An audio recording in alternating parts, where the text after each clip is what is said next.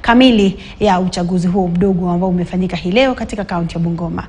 Na tukiendelea, tume ya uchaguzi nchini IEBC inaonekana kusambaratika. Hii ni baada ya kamishna wa tume hiyo Francis Wanderi kutangaza kujiuzulu akiwa watatu kati ya makamishna 4 waliosimamishwa kazi kupisha jopo la kuwachunguza kuanza majukumu yake hapo kesho. Kamishna mmoja ambaye alisalia kati ya hao 4, Irene Masit, amefika mahakamani kupinga kuondolewa kwake afisini akitaka jopo hilo ambalo linaongozwa na Jaji Aggrey Mchelule kusitisha vikao vyake. Haya yanajiri wakati muhula wa kuhudumu wa mwenyekiti wa tume hiyo Wafula Chebukati na makamishna Ahmed Gulie na Boya Molu ukikaribia kikomo mwezi ujao. Mwanahabari wetu Daniel Karioki anaarifu. Hali ya sitomfahamu ambayo kwa wakati mmoja ilikuwa imeikumba tume ya uchaguzi na mipaka IEBC kwa kujiondoa kwa makamishna miaka kadhaa iliyopita inaonekana kurejea tena. IEBC sasa ikisalia na makamishna 4 tu: mwenyekiti Wafula Chebukati, Abdi Gulie, Boya Molu na Irene Masit aliyesimamishwa kazi. Muhula wa Chebukati unatarajiwa kukamilika mwezi ujao wa Januari.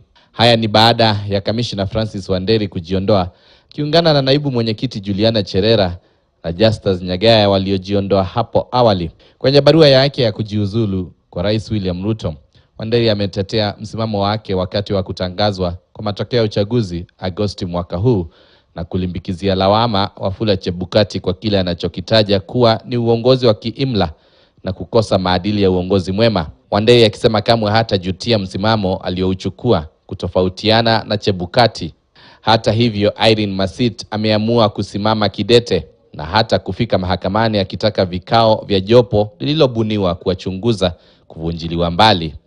Masit kupitia wakili wake Donald Kipkorir anaitaka mahakama kumrejesha kwenye nafasi yake ya kamishna wa IEBC na pia kuhakikisha amerejeshewa marupurupu yake yaliyoondolewa. Kwenye kesi hiyo, Masit anataka jopo hilo linaloongozwa na Jaji Aggrey Mchelule kuzuiliwa kufanya vikao vyovyote vya uchunguzi dhidi yake. Haya yanajiri saa chache kabla ya jopo hilo kufanya kikao cha mipango ya jinsi litakavyoendesha uchunguzi dhidi ya makamishna hao 4. Court's doors are we always say they are not closed, but I would not see the cause of action that you as an individual would have against any of these, assuming they've resigned. We will be calling them former commissioners. Ukuvuta ni kuvute hii ikiendelea, ni dhahiri kuwa huenda kukawa na sitofahamu na mgogoro wa kikatiba kuihusu tume ya IEBC.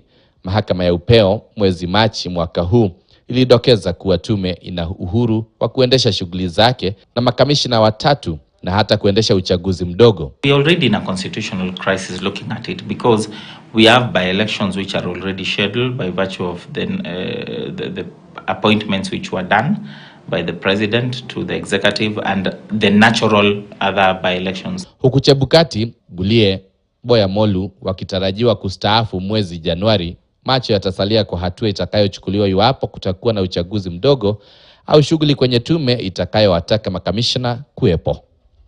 Daniel Karioki, KTN.